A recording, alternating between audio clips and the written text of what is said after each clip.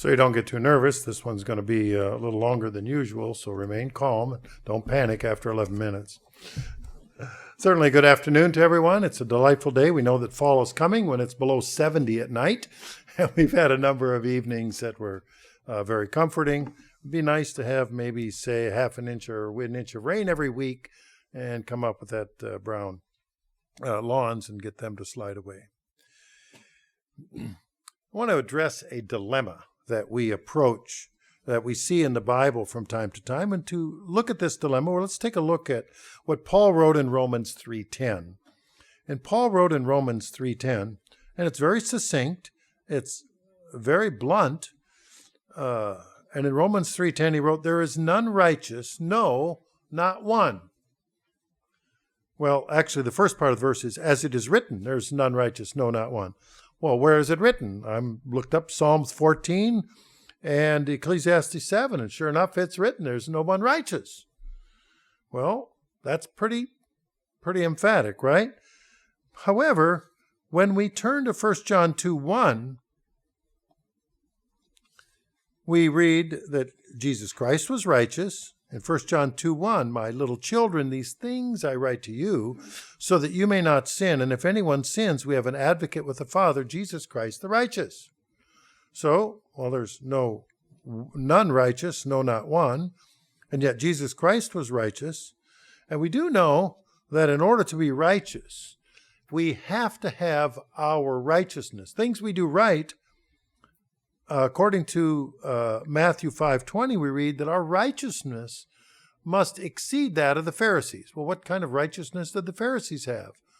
They made it a habit to be very particular about every little thing, so that every little thing they wouldn't even get close to what they deemed to be unrighteous. Because what does it say in Matthew 5:20? "Unless your righteousness exceeds the righteousness of the scribes and Pharisees, you will by no wise enter the kingdom of heaven." And everybody looks, wow, what a shock there. They are so careful and so particular to do everything just so that that means really nobody is going to enter the kingdom. And yet we have this dilemma because Paul clearly said that no one's righteous. And yet in Hebrews 11:4, what do we read? That the first person mentioned in the Bible as being righteous was Abel. Wait a minute. That sounds like a contradiction here. We have no one is righteous, and yet in Hebrews 4:11 it says, "By faith Abel offered to God a more excellent sacrifice than Cain, through which he obtained a witness that he was righteous." Wow. So now we have this dilemma that we're still looking at. And then we look at Genesis 7:1. And we read about somebody else called righteous, a man named Noah, in Genesis 7:1. "The Lord said to Noah, 'Come into the ark, you and all your household, because I've seen that you are righteous before me in this generation.'" Well, that's two right there. We have Abel and then Noah were labeled. And so we're still a little puzzled. How can there be no one righteous, and yet there's people that are listed in righteous? Not only was Noah called righteous, when Peter was preaching in 2 Peter 2 in verses 4 and 5, in verse 5 he says, "Noah, one of 8 people, a preacher of righteousness." That's what he was referring. So not only was he called righteous, he was called a preacher of righteousness. Well, then we have this next personage in Genesis 15, 5 through 7. We have a man called Abraham who is considered righteous. And in Genesis 15, we read verse 6, "And he believed in the Lord, and he," meaning God, "accounted to him for righteousness." Ooh, so we've got this label continuing with a series of these people of old. Well, what is the measure of righteousness? And if we take a look in Romans 4:3, we do have a scale by which righteousness can be measured. For what does Romans chapter 4 and verse 3, "For what does the scripture say? Abraham believed God, and it was accounted to him for righteousness." So it's a belief. in God is that measure of righteousness.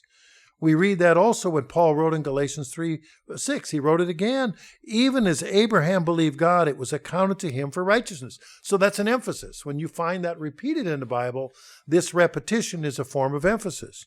So belief in God is a measure of righteousness. And, of course, if we continue on in Genesis in 18, verses 23 to 25, we have this story there, and I won't recount it all now, but Abraham was bargaining with God to save the righteous. And he was bargaining over the destruction of Sodom and Gomorrah. And in Genesis 18, verse 23, Abraham came near and said, "Would you also destroy the righteous with the wicked?" With the mindset that, well, maybe there are some people that are righteous. And then we also have at that same time, in 2 Peter 2:6, we're referring to the same period of time, the Apostle Peter referred to Abraham's nephew Lot as being righteous. In 2 Peter 2, starting in verse 6 and then going on to verse 7, and delivered righteous Lot. Ooh. So now we've got a list of people who are righteous, and yet we still got that verse that says there's no one righteous, and yet we have a list of people that are listed, so we have this dilemma.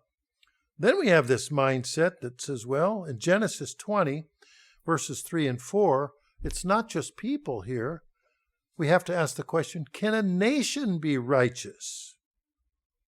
In Genesis 20, in verses 3 and 4, and this was the challenge between Abimelech and Abraham.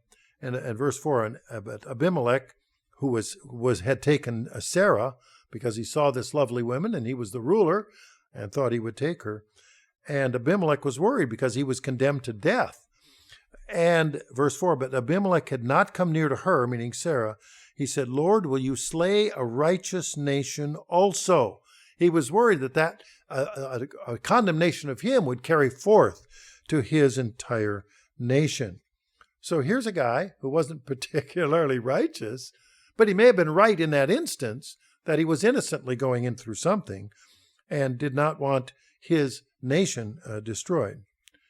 And then we know that it's possible to practice righteousness in Genesis 30, in verse 33. Now, this is the story of Jacob, and Jacob was dealing with his father-in-law Laban, and he was struggling in Genesis 30, starting in verse 32 through 34.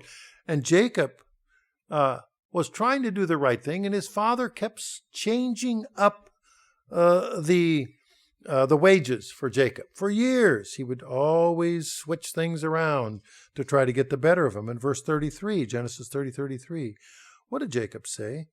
"My righteousness will answer for me in time to come."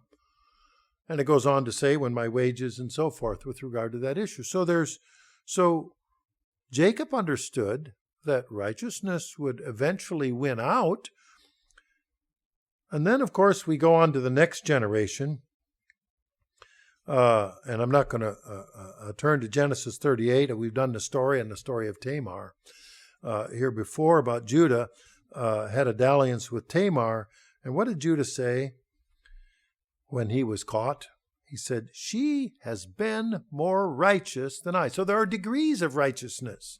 It's not just a yes or a no. It's degrees, and some actions are righteous.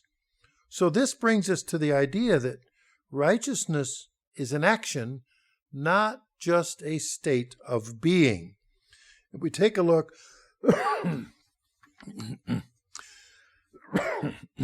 at Deuteronomy 1, I know I'm throwing a lot of verses, but this issue of righteousness comes up because people can point to us too and say, well, they're believers, or so they say, in the true God, but look at them.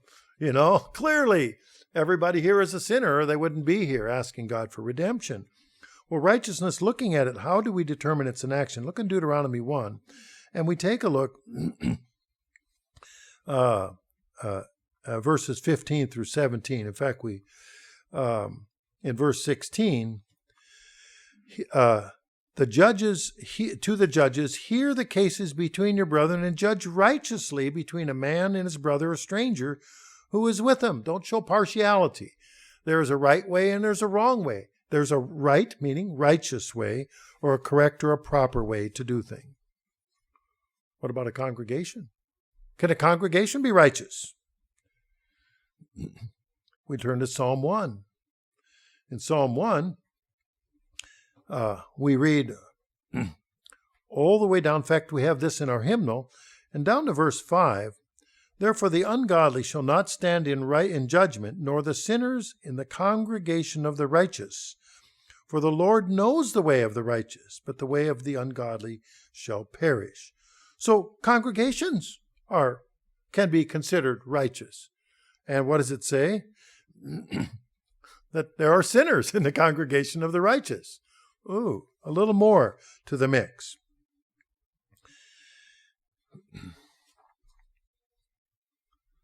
Thankfully, God watches over the righteous people, and so we're getting to this point where righteousness being considered actions and not a state of being. In Psalm 34, the eyes of the Lord are on the righteous, and his ears are open until their cry. But if the congregation of the righteous are full of sinners, okay, and we all are, every one, no, not one, has escaped from sin. God is still looking out for us when the eyes of the Lord are on the righteous, meaning those who are wanting and trying to do the right thing. Verse 17, in Psalm 34, the righteous cry out, the Lord hears and delivers them out of their troubles. Verse 19, many are the afflictions of the righteous, but the Lord delivers him out of them all. So we have this opportunity, even though as sinners, we can make right choices. We can pursue righteousness. And of course, in the model, or in the 23rd Psalm, we're in Psalms, if we go to 23rd Psalm, we read in verse 3, he, meaning the Lord is my shepherd, he leads us in the paths of righteousness. So God is leading us to establish more of a righteous relationship with our fellow man and with God. Now, we read earlier about Abimelech, about how he was concerned that his nation would be punished because he was doing something that he didn't realize what he was doing. Well, if we turn to Proverbs 29, verse 2, we can find out that a righteous ruler can affect a whole nation. So a ruler can be righteous. In Proverbs 29, verse 2, when the righteous are in authority, the people rejoice. But when a wicked man rules, the people groan. Hear any groaning lately? That's often the case when the wicked rule.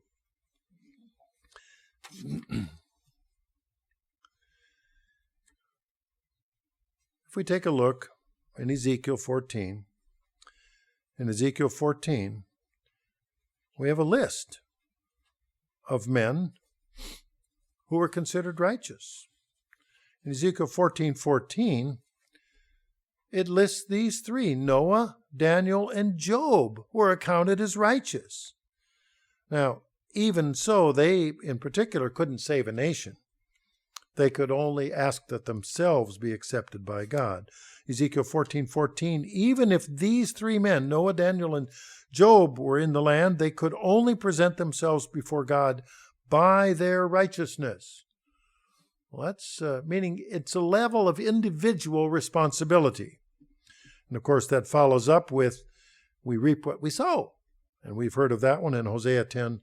I'm not turning there, but that's a principle, that the results of unrighteousness will also reap as well as the results of righteousness. Then we have, in Luke 1, we have an example in verses 5 through 7 of the parents of John the Baptist. The parents of John the Baptist in Luke 1, starting in verse 5. Actually, in verse 6 it says, and it lists the parents of John the Baptist. Verse 6, and they were both righteous before God, walking in all the commandments and the ordinances of the Lord blameless. Well, this idea of righteousness then is the actions that we take as we follow God, not a state of being. So there's also the thought that we can't just appear righteous.